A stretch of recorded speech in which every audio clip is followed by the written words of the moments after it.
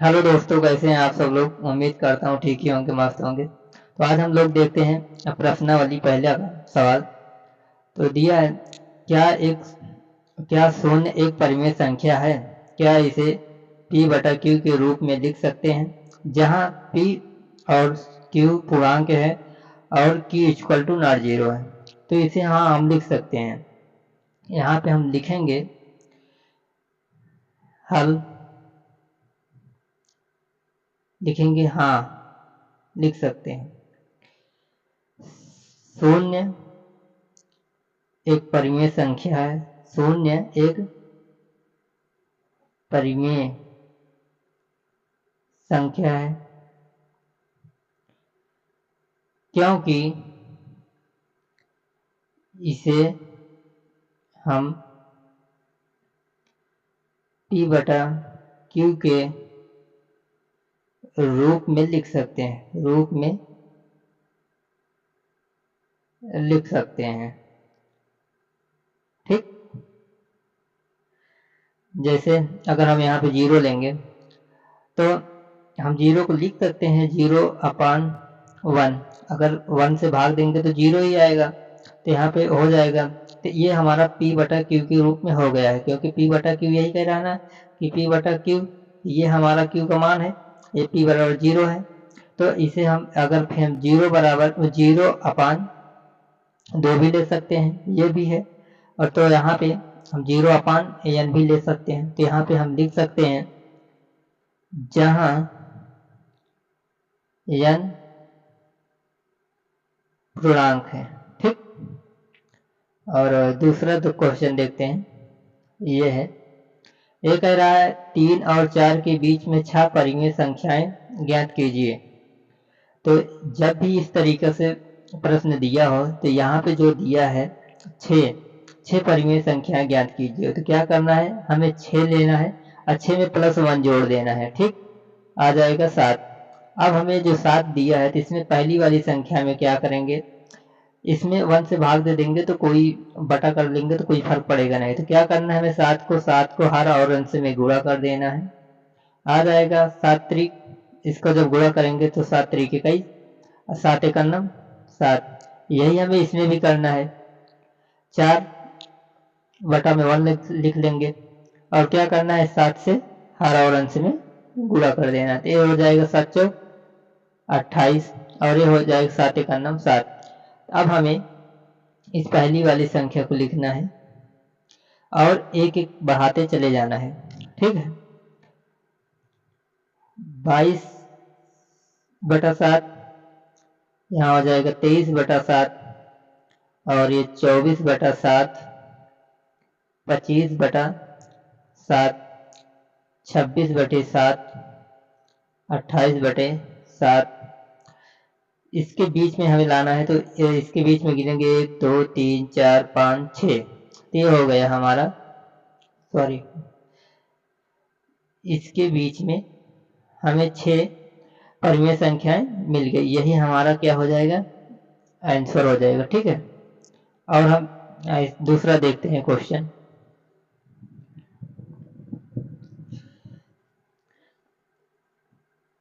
ये हमें दिया है 3/5 और 4/5 के बीच 5 परिमेय संख्या ज्ञात कीजिए। अब हमें यहाँ पे 5 दिया है तो 5 ले लेना है, 5 में 1 जोड़ देना है। ठीक है, तो हो जाएगा अच्छा। अब हमें यहाँ पे क्या करना है, 3 लिखना है, 3/5 दिया है। अब हमें ये 6 को हर और अंश में गुणा कर देना है। ठीक है, हो जाएगा छात्रिक 18 और 56 30। यही प्रक्रिया हमें इसमें भी अपनाना है। 4/5 जब लिखेंगे तो यहाँ पे हो जाएगा, हर और अंश में गुणा करना है, तो हो जाएगा 6 को 24 हो गया और ये हो जाएगा 5 6 30। फिर हमें यही करना है, पहले इसे लिखेंगे 18/30। अब हमें एक एक बढ़ाते चले जाना है, हो जाएगा 19/30, यहाँ हो जाएगा 20/30, 21/30, 22/30। ठीक, और यहाँ पे 23/30। कितना हो गया, 1 2 3 4 5, यहाँ हो गया 24/30। तो यहाँ पे मिल गया हमको, यही इसके बीच वाली संख्याएं जो होती है यही परिमेय संख्याएं होती हैं। ठीक है, यही हमारा आंसर हो जाएगा। ठीक, ये अगला क्वेश्चन देखते हैं। दिया है, इसमें दिया है, चौथा क्वेश्चन में दिया है, नीचे दिए गए कथन सत्य है या असत्य है, कारण के साथ अपने उत्तर दीजिए। तो पहला कह रहा है प्रत्येक प्राकृत संख्या एक पूर्ण संख्याएं होती हैं। तो इसको हल करने से पहले हम ये थोड़ा देख लेते हैं कि संख्याएं कैसे हो, कितने प्रकार की होती हैं। ये थोड़ा और अच्छे से आप लोगों को समझ में आ जाएगा, इसे नोट करके लिख लेना आप लोग।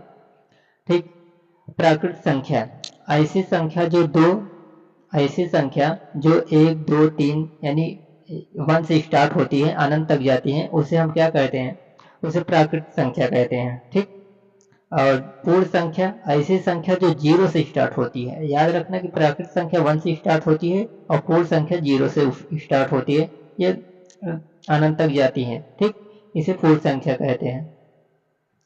और पूर्णांक संख्या ऐसी संख्या जो जिसका मान ऋणात्मक भी होता है, यानी 0 से स्टार्ट हुआ, इसे प्लस भी में जाएगा और माइनस में भी जाएगा, इसे पूर्णांक संख्या कहते हैं। ठीक है, अपरिमेय संख्या ऐसी संख्या जो p/q एवं q बराबर 0 न हो।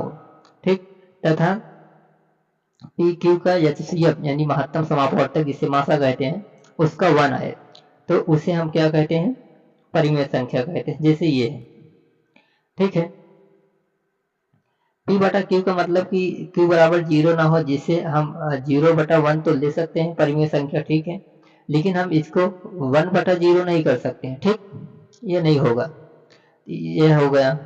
और अपरिमेय संख्याएं, अपरिमेय संख्या ऐसी संख्या जो p/q के रूप में नहीं लिखा जा सकता है और कभी भी उसका पूर्ण वर्गमूल नहीं निकलता है, उसे अपरिमेय संख्या कहते हैं। जैसे √5 हो गया, √7 हो गया, √11, √13 हो गया। ठीक, ये क्या है, अपरिमेय संख्या है। लेकिन अगर √4 कर देंगे तो ये क्या हो जाएगी, परिमेय संख्या हो जाएगी, क्योंकि इसका वर्गमूल जब निकालेंगे तो 2 हो जाएगा। ठीक, और सम संख्या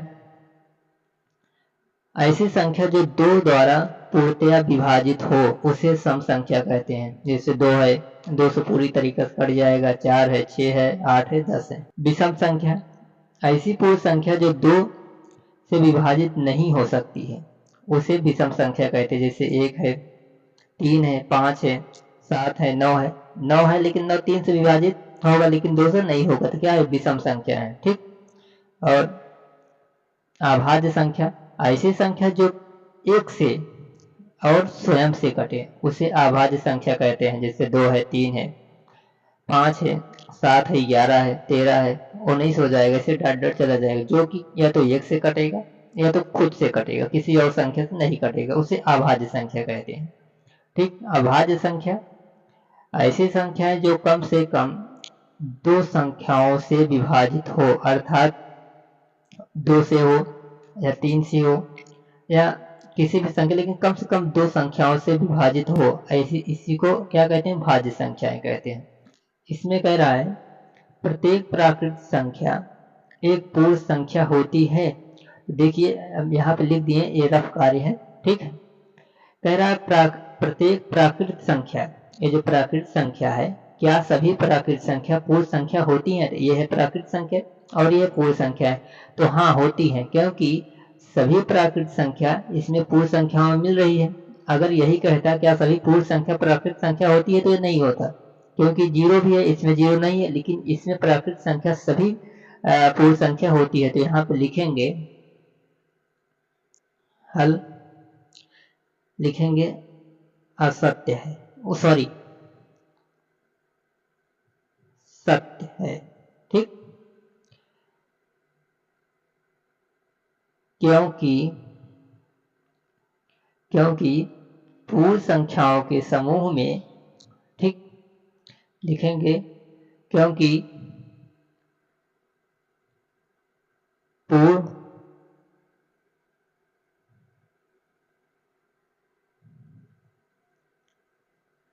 संख्याओं के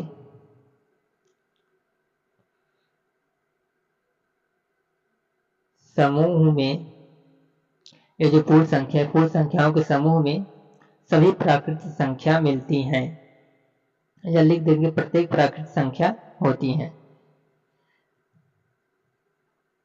प्रत्येक प्राकृत संख्या होती है। ठीक है, अगला क्वेश्चन देखते हैं। अगला कह रहा है प्रत्येक पूर्णांक पूर्ण संख्या होती है। कह रहा क्या सभी पूर्णांक संख्याएं जो हैं वो पूर्ण संख्या होती हैं? तो नहीं होती हैं, क्योंकि पूर्णांक संख्या जो है वो ऋणात्मक में भी होती है, धनात्मक में भी होती है, लेकिन जो पूर्ण संख्या है वो केवल धनात्मक में ही होती है, यानी प्लस में ही होती है, माइनस में नहीं होती है। यहाँ पे लिखेंगे असत्य है। ठीक,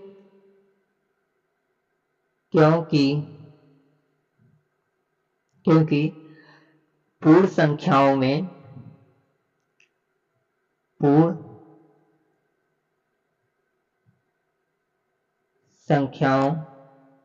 के समूह में ऋणात्मक संख्या नहीं होती है।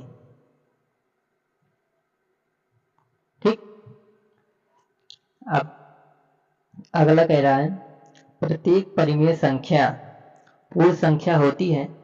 कह रहा है क्या सभी जो परिमेय संख्याएं हैं वो पूर्ण संख्या होती हैं? तो ये 7/5 है, यानी P/Q के रूप में भी होता है। तो इसमें लिखेंगे नहीं होती है, क्योंकि सभी नहीं होते, सभी परिमेय संख्याएं पूर्ण संख्याओं के रूप में नहीं है, क्योंकि पूर्ण संख्या तो इस तरीके से है।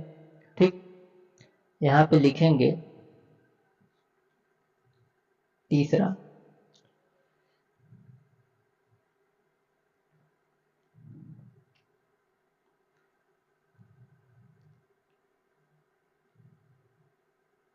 असत्य है,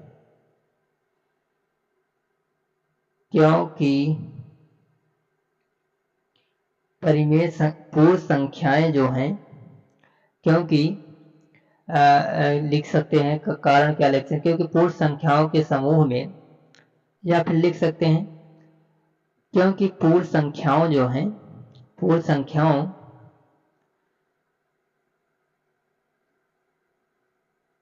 परिमेय संख्याओं का केवल एक भाग है। ठीक, क्योंकि जो पूर्ण संख्याएं हैं और कुछ ही संख्याएं मिलती हैं, तो यह लिख सकते हैं कि परिमेय संख्याएं जो पूर्ण संख्याएं जो है परिमेय संख्याओं को, यानी कुछ केवल एक भाग है। ठीक,